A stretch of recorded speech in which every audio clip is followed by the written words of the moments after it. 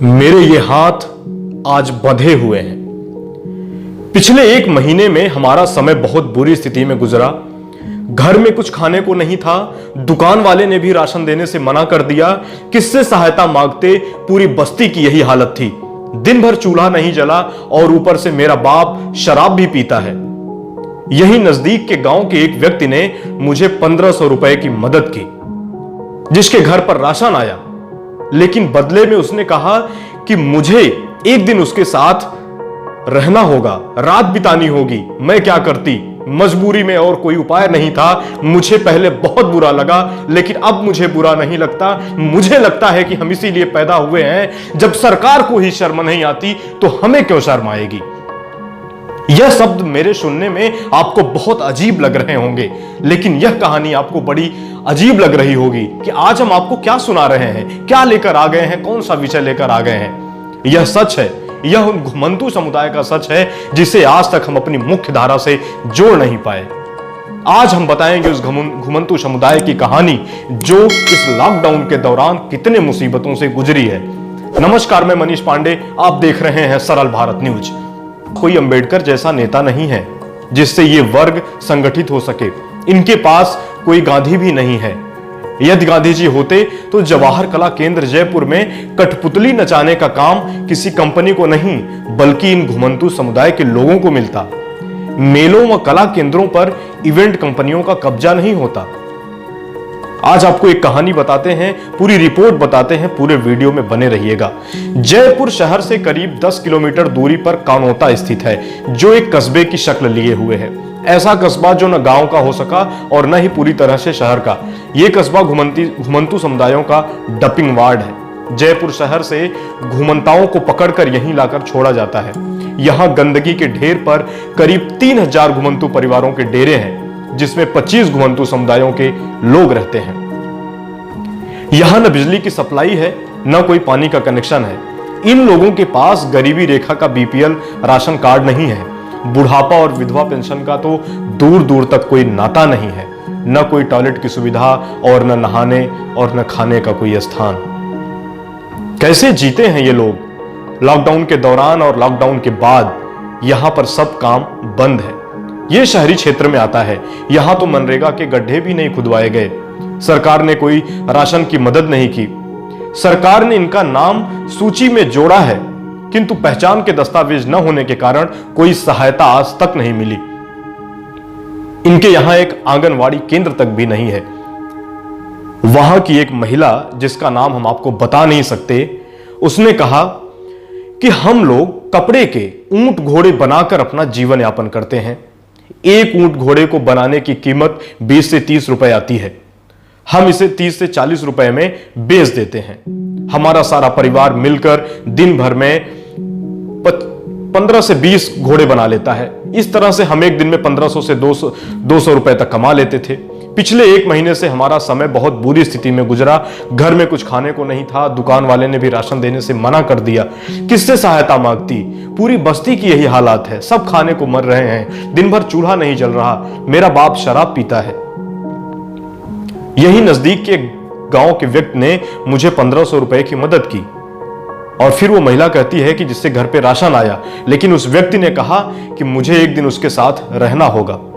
मैं क्या करती, मजबूरी में, और कोई उपाय नहीं था। मुझे पहले बहुत बुरा लगा, लेकिन अब मुझे बुरा नहीं लगता। मुझे लगता है कि हम इसीलिए पैदा हुए हैं। जिंदगी मिली है तो जीना पड़ेगा, चाहे जो करें।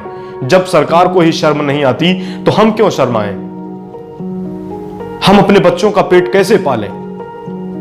अजमेर जिले के पुष्कर में मिट्टी के धोरों पर सैकड़ों की संख्या में तंबू लगे हैं, जिसमें भोपा, गिलारा, भाट, कालबेलिया और कुछ बंदा समेत 10 घुमंतू समुदायों के डेरे और तंबू हैं। ये लोग नाच गाना करके, मिट्टी के खिलौने, नकली चोटी, लकड़ी की मूर्ति बनाकर, कठपुतली का खेल दिखाकर अपना गुजारा करते हैं। वहीं की एक दूसरी महिला फुल्ली, जिनका बदला हुआ नाम है, वो बताती हैं कि हम लोग मिट्टी के खिलौने बनाते हैं।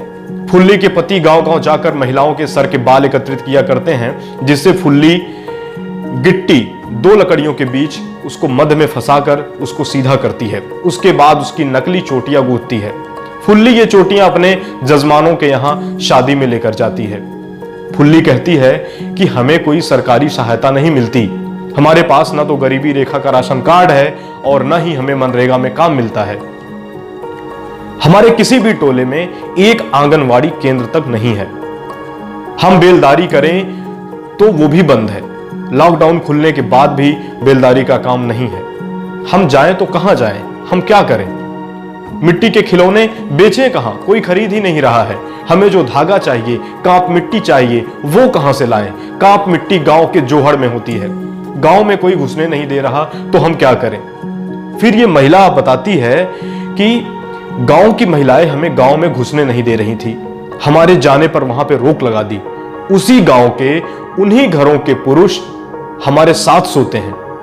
अब क्या कोरोना का डर उन पुरुषों को नहीं है? हमारे टोले में सभी महिलाएं आज यही धंधा कर रही हैं। हमने अपने पेट की आग बुझाने के लिए शरीर के एक हिस्से को गिरवी रख दिया, तो क्या गलत किया? माटी एवं शिल्प कला बोर्ड पर सवाल उठाते हुए यह महिला कहती है कि हमें देह व्यापार में धकेलने वाला ये बोर्ड है। ये बोर्ड किस लिए बनाया गया था? इसका काम क्या था? क्या आज तक इस बोर्ड ने कुछ किया हमारे लिए? वहीं एक लड़की खड़ी होती है जिसका बदला हुआ नाम लाडो है। वह बताती है कि हमें कोठे पर बिठाने वाली सरकार ही है और कोई नहीं है। क्या कोई सरकार पर कार्रवाई करेगा? हमारी परंपरा के सारे रोजगार छीन लिए गए और बदले में कुछ देना तो दूर रहा, हमारे कानूनी अधिकार जो थे वे भी हमसे सब छीन लिए गए। लाडो कहती है कि जब हम धंधा करने जा रहे हैं तब सरकार के पास कोई उपाय नहीं है। बाद में ये सरकार और संस्थाएं आकर हमें सिलाई मशीन देकर फोटो खिंचवा लेंगी। सरकार से पूछिए, क्या उन्होंने आज तक हमें 1 रुपए की मदद की? आप लोग सरकार से क्यों नहीं पूछते कि यह घुमंतू समुदाय कौन है, ये क्या कर रहा है, कैसे जी रहा है? आपको आइए बताते हैं कुछ इनके जीने का नजरिया। यह समुदाय जीवन के अलग अलग नजरिए हैं, ज्ञान के खास प्रकार हैं और दुनिया को देखने के विभिन्न दृष्टिकोण हैं। यह समुदाय सदियों से यायावरी से घूमते हुए इतिहास को दिशा प्रदान कर रहा है। विभिन्न संस्कृतियों के मध्य संबंध विकसित किए हुए है। एक स्थान से विचार, वस्तुओं और इंसानों को दूसरे स्थान तक पहुंचाया। ये लोग हमारे मौखिक इतिहास और समृद्ध परंपराओं को चलाने वाले लोग हैं। ये घुमंतू समुदाय के लोग हमारे ही देश के हैं, हमारे ही समुदाय के हैं। ये लोग राजाओं की सेना में सिपाही की भूमिका में रहे। इन्होंने राजाओं व उनके सैनिकों को तलवारबाजी, युद्ध नीति सिखाई, उनके हथियार तैयार किए, उनके खुफिया विभाग का दायित्व संभाला, उस समय के परिवहन, व्यापार और संदेश वाहक की भूमिका को निभाने का काम किया और खेती किसानी के उपकरण तैयार किए। अकेले राजस्थान में 52 घुमंतू समुदाय हैं जिनकी आबादी 60 लाख से ज्यादा है। जी हां, 60 लाख से ज्यादा है। इनके 10 लाख से ज्यादा बच्चे स्कूल ही नहीं जाते, वो स्कूल से बाहर हैं, जो कूड़ा बिनने, बाल मजदूरी या भीख मांगने का काम करते हैं। लॉकडाउन के दौरान पहचान के दस्तावेज न होने के कारण राजस्थान सरकार ने इनको 5 किलो राशन तक नहीं दिया। पिछले 2 महीने में हजारों महिलाएं देह व्यापार में उतर चुकी हैं। राजस्थान में इन घुमंती समुदायों को ट्राइब्स भी नहीं माना जाता, जिससे इनको आदिवासी समुदाय के भी जितने अधिकार भी नहीं मिले हैं। इनके जंगल में जड़ी बूटी लाने पर भी रोक है, क्योंकि ये आदिवासियों की श्रेणी में भी नहीं आते हैं।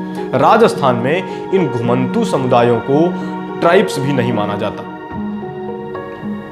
ये समझ लीजिए, इनको आदिवासी जैसे इतने अधिकार नहीं मिले हैं कि ये जंगल में चले जाएं और वहां से ये जड़ी बूटी को बेच सकें, लकड़ियां वहां से ला सकें। ये सब काम भी ये लोग नहीं कर सकते। मध्य प्रदेश व राजस्थान में घुमंतू समुदायों के लिए बजट में 1 रुपए तक का प्रावधान इनके लिए नहीं किया गया है। यहां तक मध्य प्रदेश सरकार ने लॉकडाउन में मजदूरों को 1000 रुपए दिए, राजस्थान सरकार ने रेहड़ी पटरी वालों को 2500 रुपए दिए, किंतु घुमंतू लोगों को 1 रुपए की मदद नहीं की। इन समुदायों के पास कोई नेता नहीं है, कोई अंबेडकर नहीं है, कोई गांधी नहीं है जो इनको संगठित कर सके, इनकी आवाज उठा सके। गांधी जी होते तो ये लोग जवाहर कला केंद्र में आज कठपुतली का नाच दिखा रहे होते। किसी कंपनी को वहां का ठेका नहीं मिलता। मेलों व कला केंद्रों पर इवेंट कंपनियों का कब्जा नहीं होता। यहां तक कि शमशान भूमि न होने के कारण ये लोग बताते हैं कि मृतदेह को लेकर 3-3 दिन तक इधर से उधर भटकते रहते हैं। सिर्फ केरल को छोड़कर एक भी ऐसा राज्य नहीं है जहां इनको शमशान भूमि दी गई हो। सभी राज्यों की यही स्थिति है। लॉकडाउन में एकमात्र उदयपुर ऐसा जिला था जहां घुमंतू लोगों को राशन मिला, अन्यथा कहीं कोई राशन नहीं दिया गया। आजादी के 5 वर्ष बाद इन समुदायों को सुना गया। नेहरू ने 31 अगस्त 1952 को जन्मजात आपराधिक कानून को हटाया और इन्हें विमुक्त जातियां कहा गया।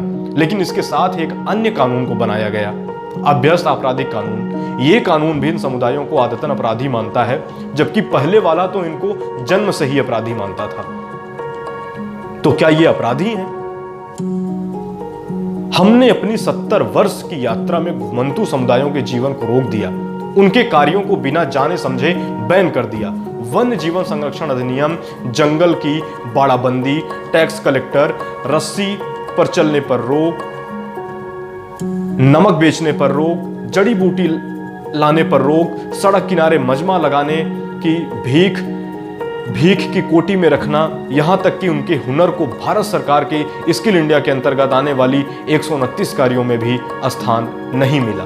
ये है घुमंतू समुदायों की हकीकत, जिन्हें हम शायद जानते ही नहीं। रोड चलते तो देखते हैं कि इनका टेंट लगा हुआ है, ये बैठे हुए हैं, सो रहे हैं, जाग रहे हैं, खा रहे हैं, पी रहे हैं, लेकिन अंदर की जो हकीकत है वो हम नहीं जानते। किस तरह से इनका सरकार इनके लिए क्या कर रही है, आज तक कुछ भी नहीं पता चल पाया है।